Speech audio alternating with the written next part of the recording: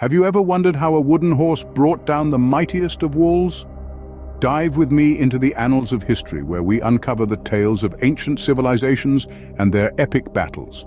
Picture this: a city nestled between the Aegean and Mediterranean seas, a fortress so formidable it was believed to be impenetrable.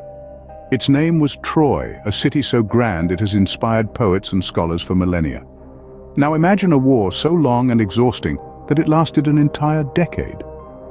This was the Trojan War, a conflict so fierce it seemed as if the gods themselves were at odds.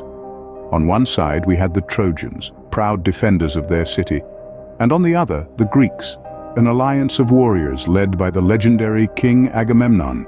For 10 grueling years the battle raged on, each side unwilling to yield, each side unable to break the other.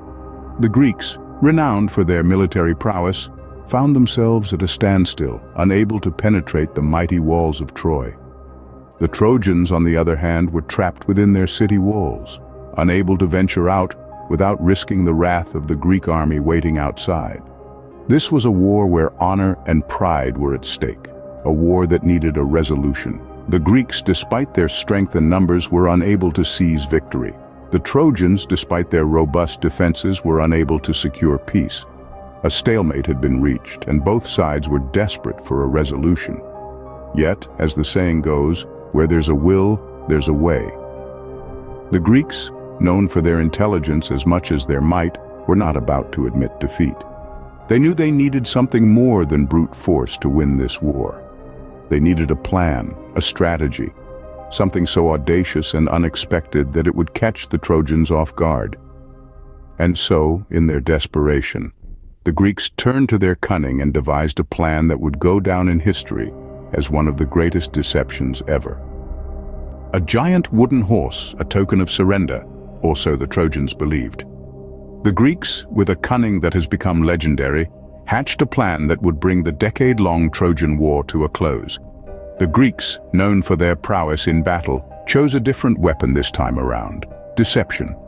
The renowned Greek craftsman Epeius, under the guidance of the wily Odysseus, set his hands to work on a project of epic proportions. A horse, towering and majestic, constructed entirely of wood. A creation not meant for battle, but for subterfuge. Inside this seemingly harmless tribute, a hand-picked squad of Greek warriors lay in wait, their hearts pounding with anticipation and fear. This was not the glory of the battlefield they were accustomed to, but a sneaky, underhanded plot.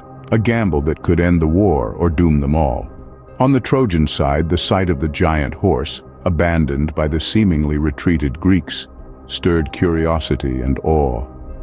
Was it a peace offering from their weary enemies, or perhaps a tribute to the gods? The horse was indeed magnificent, worthy of the divine. The Trojans, weary from the years of war, chose to see it as a gift from the gods, a sign of their victory. Eager to claim their spoils and celebrate, the Trojans hauled the massive horse into their city, oblivious to the danger lurking within. The city of Troy, once impenetrable, now lay open to the enemy, its people unknowingly celebrating the very instrument of their impending downfall. It was a moment of triumph for the Greeks, hidden in their wooden beast, as they heard the sounds of celebration from outside. Little did the Trojans know that their jubilation was premature, and their supposed victory a cruel illusion. As the Trojans celebrated their supposed victory, they unknowingly ushered in their doom. The Greeks' audacious plan had worked. The stage was set for the ultimate betrayal, a night that would go down in history as the downfall of the mighty city of Troy. As the night fell, the horse opened, and out came the Greek soldiers. A cloak of darkness had descended upon the city of Troy, a veil of obscurity that would be exploited by the Greeks. Hiding within the belly of the wooden beast, they had bided their time, waiting for the opportune moment to strike. The Trojans' feast of celebration had left the city in a state of complacency, their guard lowered, their senses dulled. Silently, like specters in the night, the Greek soldiers emerged from the belly of the horse, their armor gleaming under the pallid moonlight. They moved with stealth, their every step a calculated move in their deadly game of deception. The city of Troy, oblivious to the impending doom, slumbered on, unaware of the serpent that had slithered into their midst.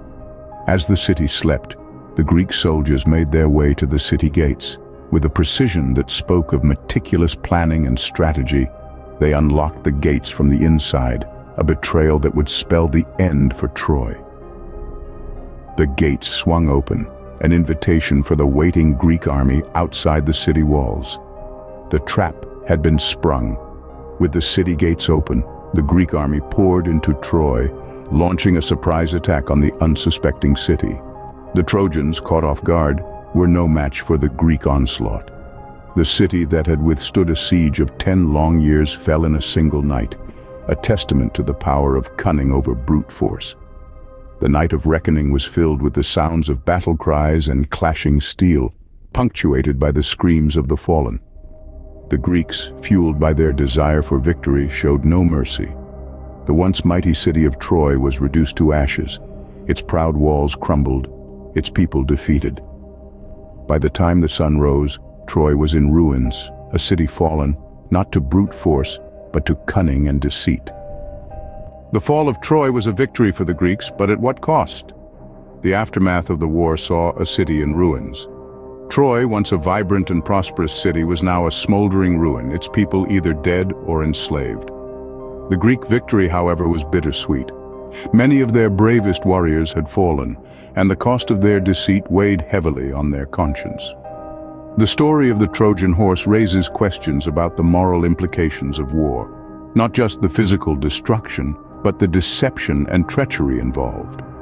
The Greeks, in their quest for victory, had resorted to a ploy that was as cunning as it was devastating. The use of the Trojan horse was a clear demonstration of the old adage, "All is fair in love and war." But is it really? This question has been debated by philosophers and scholars for centuries, and it continues to resonate today. The legacy of the Trojan horse extends beyond the moral debates. The story has been immortalized in literature and art, symbolizing deceit and cunning.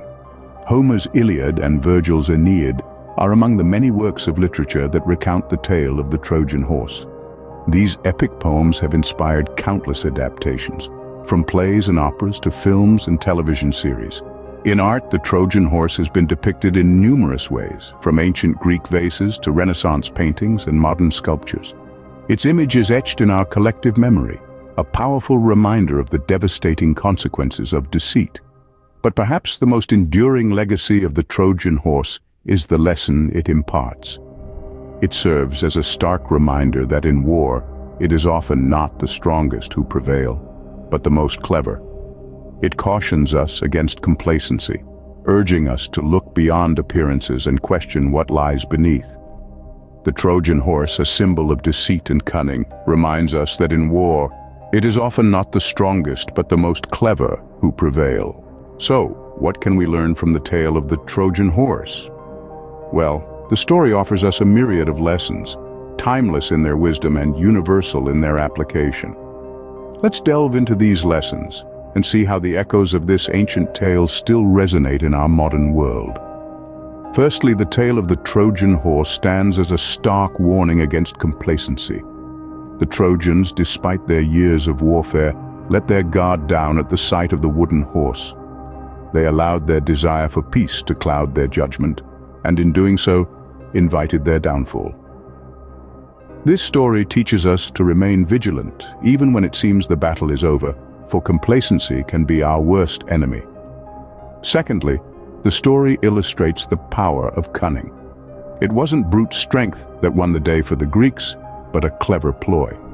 The Greeks recognized that they couldn't breach the walls of Troy through conventional warfare, so they resorted to trickery instead. This highlights the importance of adaptability and ingenuity in overcoming challenges.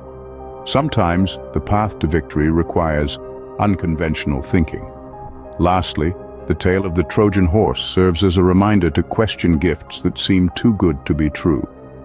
The Trojans were so taken in by the apparent generosity of the Greeks that they failed to see the danger lurking within. The horse, a symbol of peace and surrender, was in fact a vessel of destruction. This instructs us to be wary of things that appear overly beneficial, as they may carry hidden risks. In conclusion, the tale of the Trojan Horse is more than just a captivating story from ancient history. It's a timeless parable imparting valuable lessons about vigilance, cunning, and skepticism. These lessons transcend the confines of time and place, offering insights that we can apply in our daily lives. Remember, not all gifts are blessings and not all victories are won on the battlefield. Sometimes, the greatest battles are won with wit and cunning, as the tale of the Trojan Horse so vividly reminds us.